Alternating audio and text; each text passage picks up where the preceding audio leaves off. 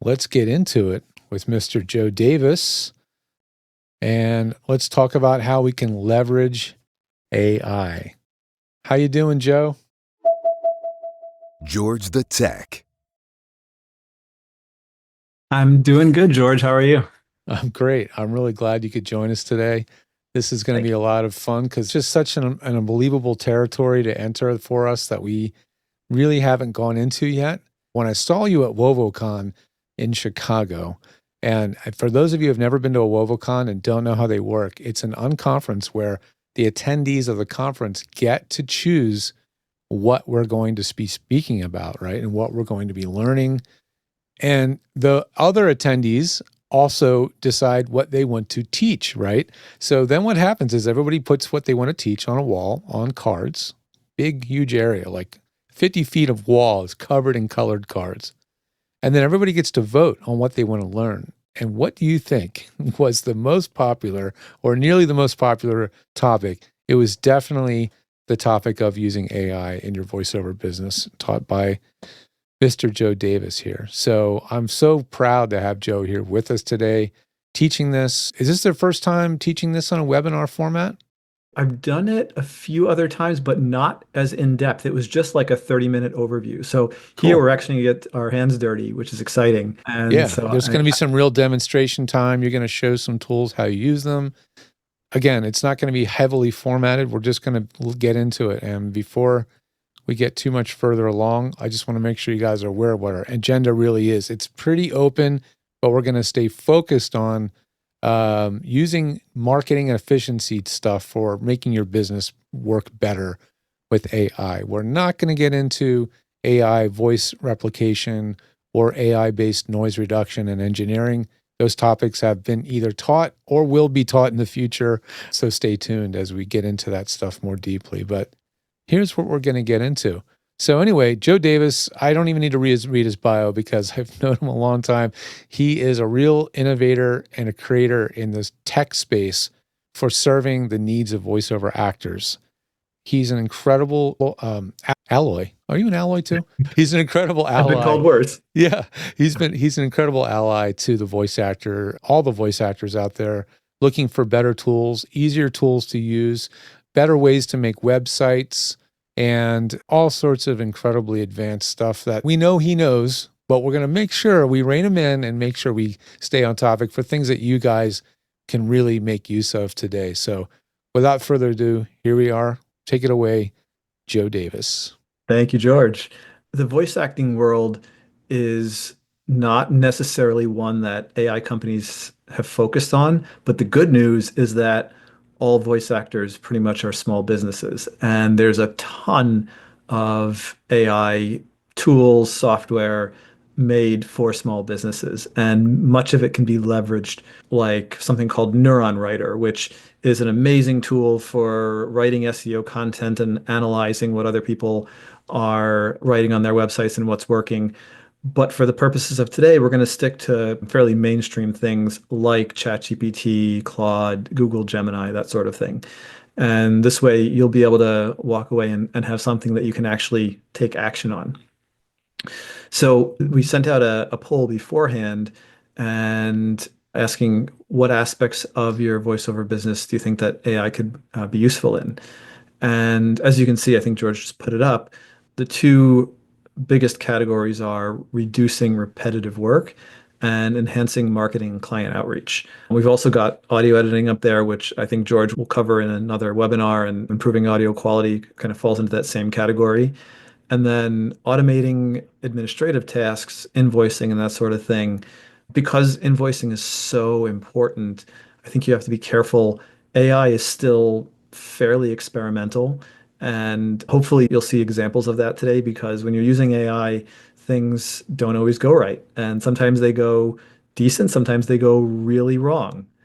And so I think I personally probably wouldn't use AI for my invoicing yet, but certainly for reducing repetitive work and creating content, as long as you evaluate it, it can be super helpful. Probably more than half the group is maybe touched it a little bit, but not done a lot with it. And so I just want to show an example of a uh, pretty standard ChatGPT text box interface. So a lot of AI out there is based in a similar format where there's a machine out there in the cloud that you can interact with natural language. And some of them are meant to do all things, like ChatGPT can do many different things. And other ones are meant for a very specific purpose. And I'm going to flip over to Canva for a second. So Canva is a freemium, meaning there's a free and a paid version, graphic design tool, very helpful. You don't have to use AI, but they have an AI image generator. And probably thankfully for all those graphic designers out there, one of the least impressive areas that I've seen in terms of AI taking over is graphic design. It's still often it's impressive what it can do, but it's really hard to get the output that you want. And so ultimately, you probably will get a better result working with a human graphic designer. But for some things, it's good. And so here, this is an example of a specialized AI generation tool where you have that little chat box similar to ChatGPT, but it's meant specifically for image generation. While in the ChatGPT interface, I can say anything. So I can say, make up a limerick about my friend George. He is a tech guru for the voiceover industry.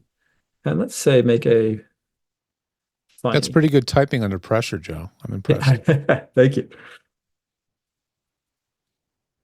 All righty. So obviously this is not going to be super useful to a voice actor just making a silly limerick, but it shows you how I did one thing with it. And there once was a tech whiz named George whose skills made computers disgorge. With servers so tight, he'd fix them at night while sipping his tea on the porch. And so very quickly it came up with something fairly creative. And I can say, now turn that into a Dr. Seuss poem and make it really funny.